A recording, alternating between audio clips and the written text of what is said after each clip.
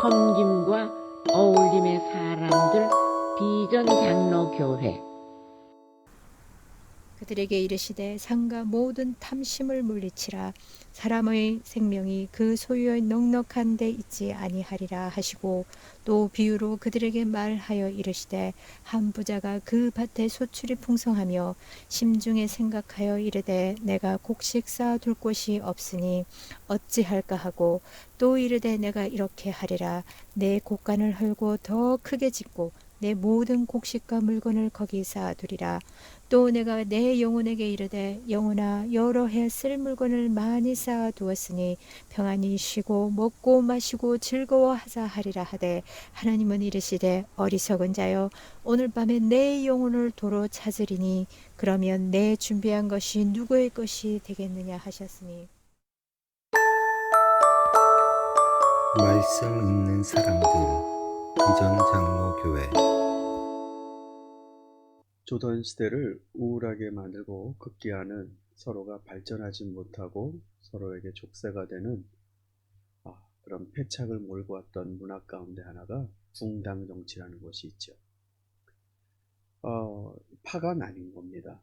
원래 파가 나뉜다라는 건 그렇게 나쁜 뜻은 아닙니다. 서로의 견해가 다른 사람들끼리 의견을 형성하고 대화 가운데 오히려 진리를 찾아간다라는 굉장히 선하고도 멋있는 그런 의도가 들어 있습니다. 그러나 예를 들면 조선시대 이조전랑이라고 이 선비들에게 관직을 주는데 인사권을 가지고 있는 직책이 누구냐에 따라서 어느 한 일정 당파가 인사로 영입되고 그렇지 않으면 인사로 영입되지 않는, 그래서 이 객관적인 논의의 자리가 이젠 정치의 자리가 돼버리고 나자 한양 동쪽에 사는 사람을 동인, 그리고 또 한양 서쪽에 사는 또 다른 주장을 갖고 있었던 신의겸을 중심으로 서인, 동인의 김효원, 뭐 이런 식으로 해갖고 나뉩니다. 결국은 나중에는 서로가 서로를 죽이기까지 하는 정치적 모략과 정말 끔찍한, 학문의 세계에서도 말할 것 없이 정치에 있어서 이것은 우리 이 조선을 병들게 하는 그런 문화가 되어버리고 말았습니다. 그런데 여러분, 주님도 사람을 나누신답니다. 갈라놓으신답니다.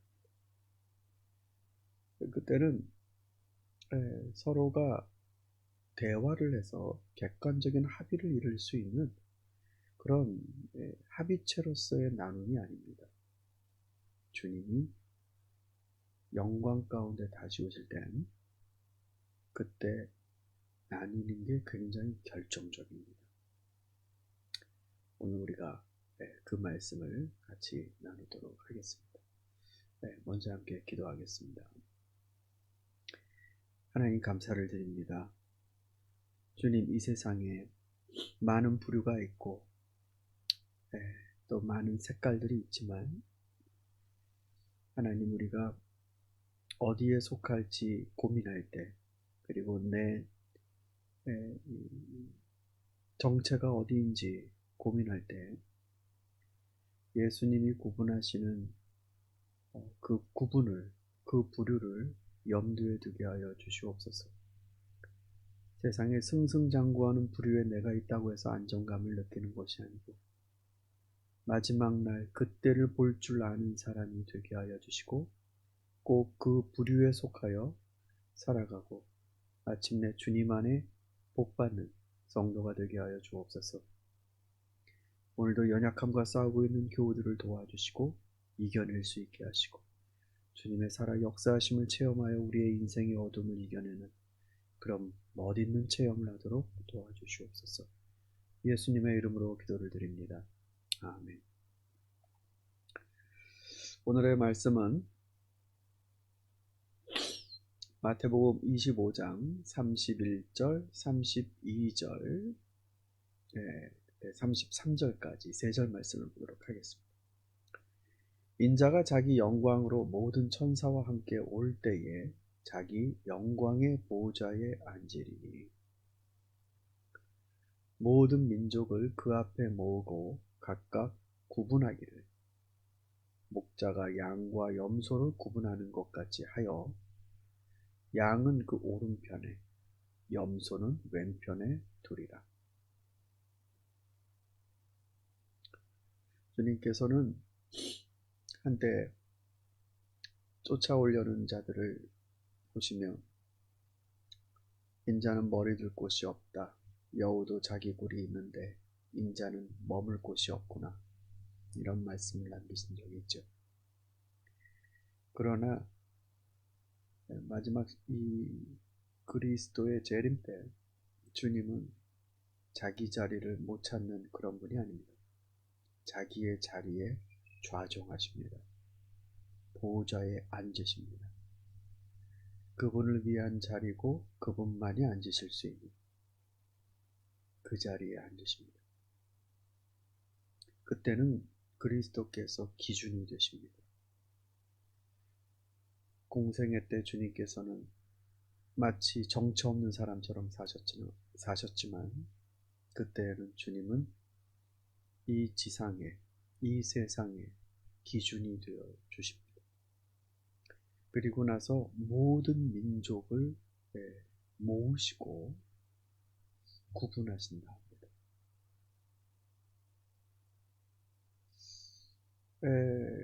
인종끼리 모으실까요?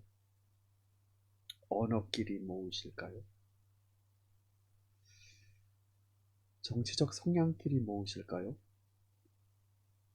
유대인과 비유대인으로 나누실까요? 주님은 사람을 어떻게 구분하실까요? 여러분, 주님까지 사람을 차별하시깁니까? 이럴 줄은 몰랐습니다. 우린 그런 말을 할 수가 없습니다. 예수님이 이런 말씀을 비유로 설명해 주시는 이유는 그때를 대비하라는 말씀이시죠.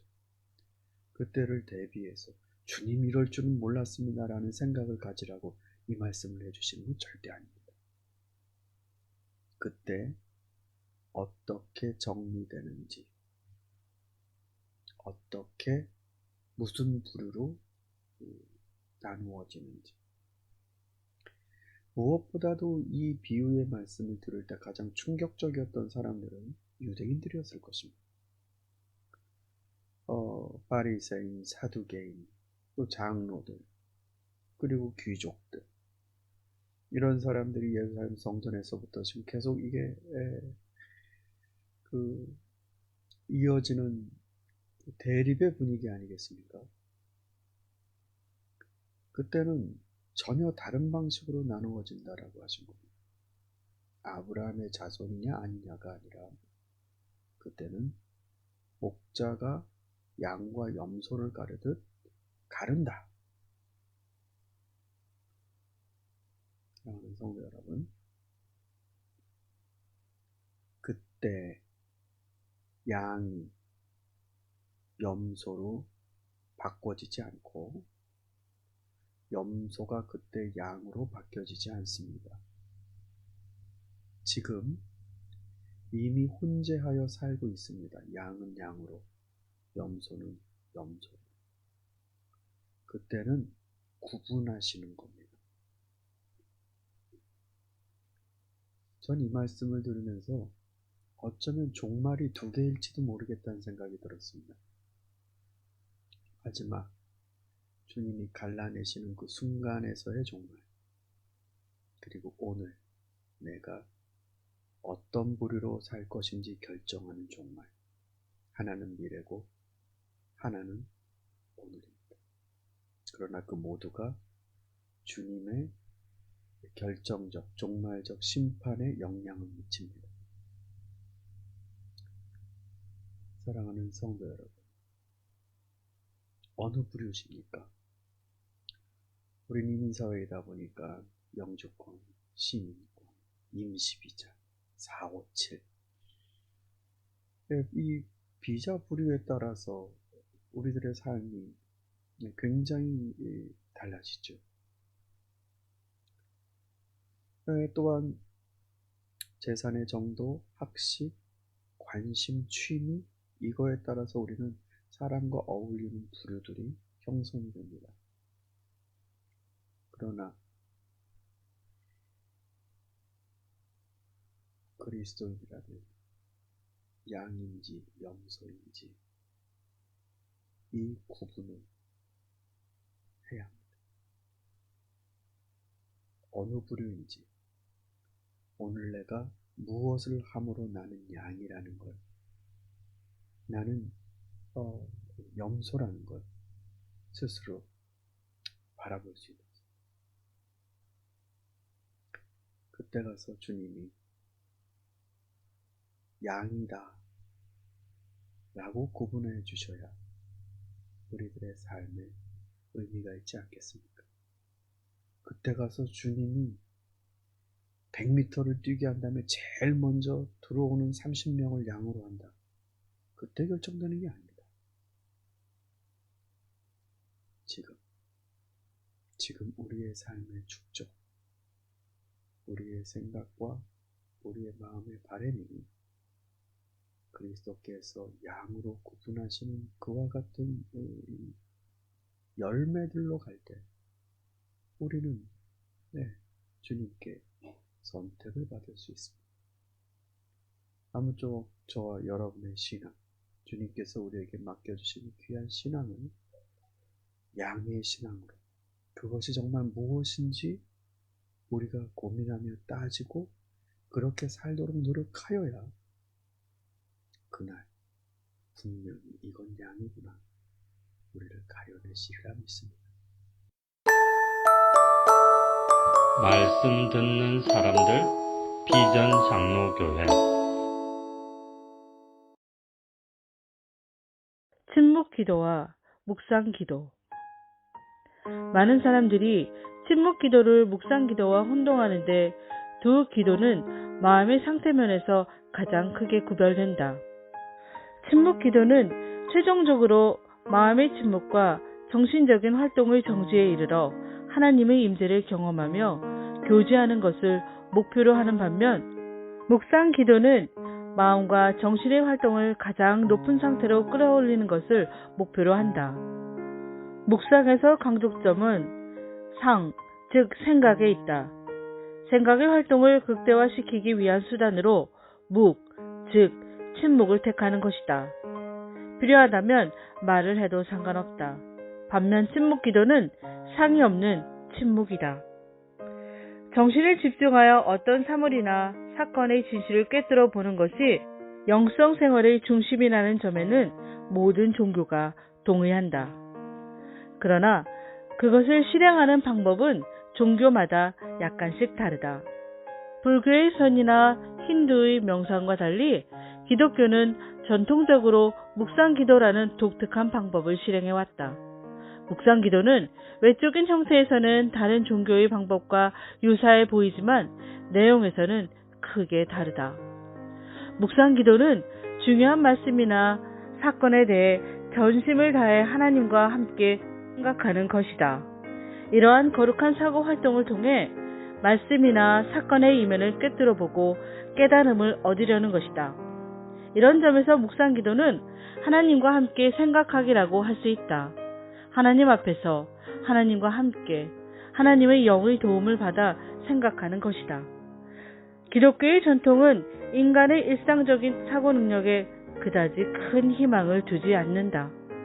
그러한 사고 활동은 인간 인식의 한계와 이기적 성향 때문에 언제든지 오도될 가능성이 있다. 그래서 단순히 묵상이라고 하지 않고 묵상 기도라고 한다. 기도하는 상태에서 생각하고 생각하면서 기도하는 것이다. 묵상 기도를 자주 해보면 하나님을 의식하지 않은 상태에서 생각하는 것과 하나님의 임재를 충분히 의식한 상태에서 생각하는 것이 크게 다르다는 사실을 경험하게 된다. 물론 하나님의 임재를 의식한 상태에서 생각한다 해서 그것이 언제나 하나님의 뜻과 일치하는 것은 아니다. 그렇게 되기까지는 많은 영적 훈련이 있어야 한다. 하지만 초보적인 단계에서도 홀로 생각하기와 하나님과 함께 생각하기의 차이는 충분히 느낄 수 있다. 하나님의 임재를 인식하고 생각하면 깨닫는 바에 대해 훨씬 강한 확신을 느끼며 더 당당하고 담대하게 실천할 수 있다.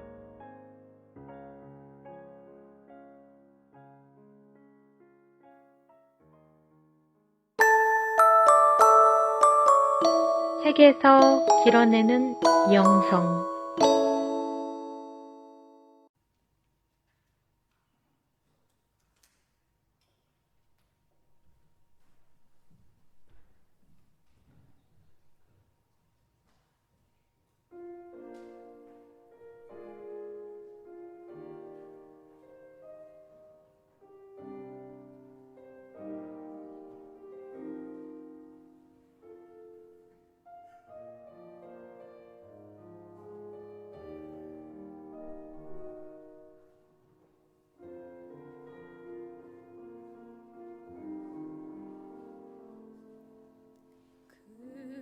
먼지 속을 말없이 걸으시네.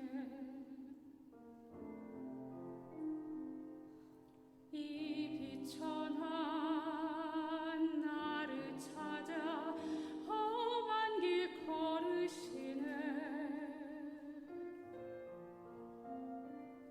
만왕의 왕 내 주께서 나를 부르지 않고 친히 나를 찾아오셨네.